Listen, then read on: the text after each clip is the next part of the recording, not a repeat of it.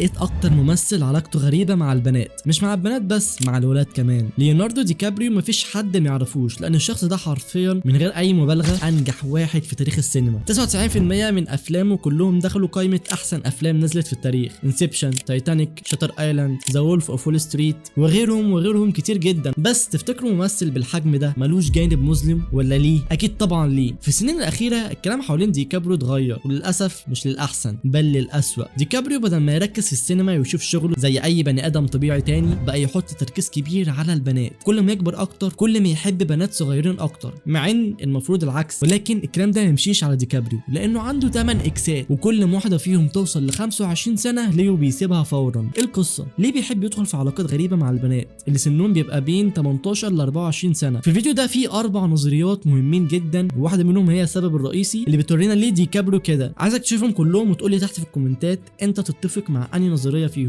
ليوناردو دي كابريو اتولد يوم 11 نوفمبر سنه 1974 في لوس انجلوس في كاليفورنيا. عيلته كانت عاديه جدا، ما كانتش فقيره ولا غنيه. ابوه كان رسام كتب مصوره وامه كانت سكرتيره. بعد ما ابوه وامه اتطلقوا عاش مع امه في احياء شعبيه شويه، وكان بيشوف الفقر والعنف بعينه في كل مكان حواليه. يعني نقدر نقول اللي هو بدا حياته من تحت شويه، من بيئه عاديه جدا، بس كان عنده طموح وموهبه خلت هوليوود تطير بيه للسما وتنقله في حته تانية خالص. بدايه ظهور ليوناردو على الشاشات كانت في التسعينات، زي اي بدايه ممثل مبتدئ. بدا وهو طفل صغير كان بيظهر في اعلانات وبرامج قبل ما يدخل في السينما. بس اللحظه فعلا اللي غيرته ونقلته لحته تانية خالص كانت دوره في فيلم تايتانيك، الفيلم اللي لحد دلوقتي بيكسر الدنيا كلها. ومن هنا بدا يبقى نجم عالمي. ومن وقت نزول تايتانيك وحياه ليوناردو اتغيرت بالكامل. فيلم قعد سنين كتير جدا واخد المركز الاول في اكتر فيلم تحقيق ايرادات في العالم كله. بس في الفتره الاخيره نزل للمركز الرابع، وده بعد 27 سنه من عرضه، ودي اصلا حاجه بحد ذاتها انجاز كبير. بعد الفيلم ده دي كابريو بقى من اهم الممثلين في العالم. وقتها شركات الانتاج كانت بتتخانق عليه عشان يتعاقدوا معاه، ولكن اول ما وصل 25 سنه ليوناردو ما بقاش طبيعي، وبدا الكلام عليه يبقى كتير. كل حاجه في حياته كان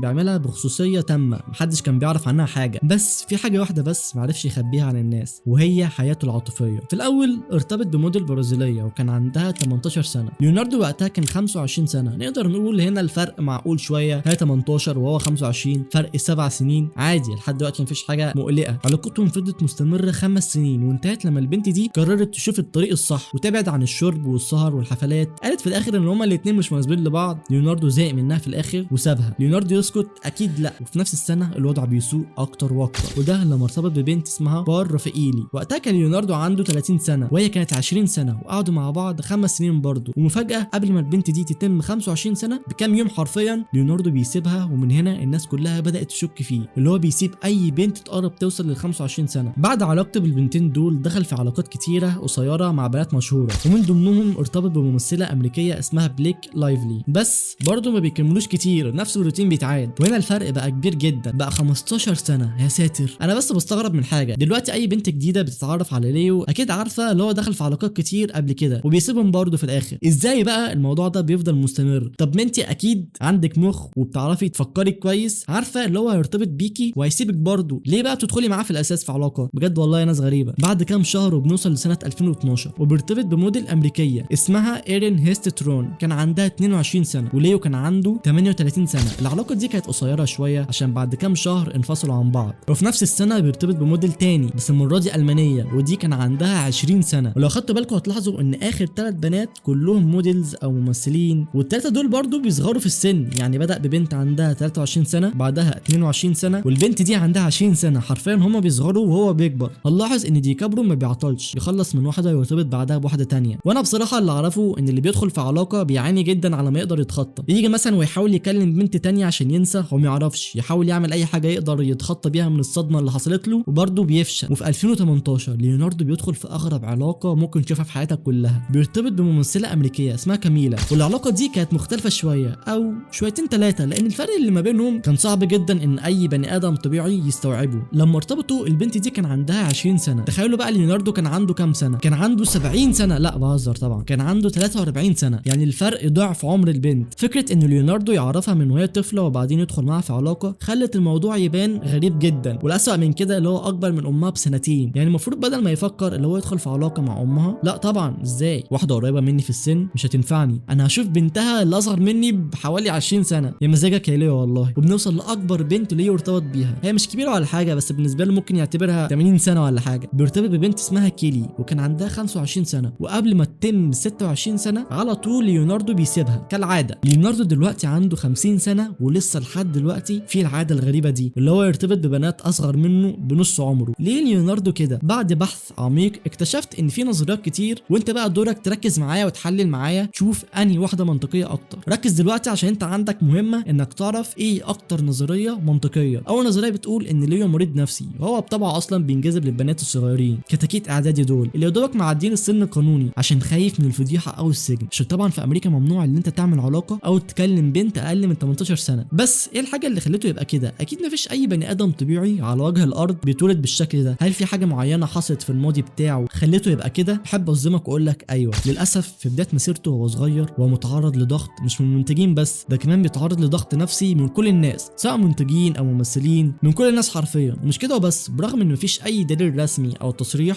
بس احب اقول لك ان ديكابريو تعرض للاعتداء الجنسي من وهو طفل، ودي كانت من اكتر الحاجات اللي سببت له صدمه نفسيه من وهو صغير. طب ازاي؟ هل انت عندك دليل على الكلام اللي انت بتقوله ده؟ عندي، وركز كويس في الكلام اللي انا اقوله ده عشان مهم جدا. لما كان عنده 11 سنه كان متعرف على منتج تنفيذي اسمه براين بيك، والشخص ده كان منتج في شركه نيكوليديان، ودي القناه اللي بتقدم محتوى للاطفال اللي كلنا عارفينها. فطبيعي يعني ان الشخص ده يشتغل مع ممثلين اطفال كتير، وفي سنه 2004 بيتقبض عليه وبيتسجن لمده سنه ونص عشان اثبت عليه اللي هو بيتعامل مع الاطفال بطريقه مش كويسه. كان برضه بيقعد يلمسهم بشكل مشكوك فيه. في الاخر تم اتهامه ب 16 قضيه اعتداء على الاطفال. بص ركز معايا كده في الفيديو ده، براين وهو كان مع ليو، هتحسوا ان الفيديو مش طبيعي، هتحس بقلق كده اصلا وانت بتتفرج عليه، هتحس بعدم ارتياح. ليوناردو هنا كان لازق فيه بشكل غريب وعمال يمسك فيه كده ويعمل حاجات مش طبيعيه. علاقتهم كانت قريبه زياده عن اللزوم. ناس قالت ان ليو نفسه هو اللي بلغ عنه وفضحه، ولكن في السر رفض يعرض عن هويته في المحكمه عشان كان خايف على سمعته والفضايح. بعد سجن براين بنعرف ان هوليوود مكان تجمع لكل اللي عندهم امراض نفسيه، منهم منتج كبير اسمه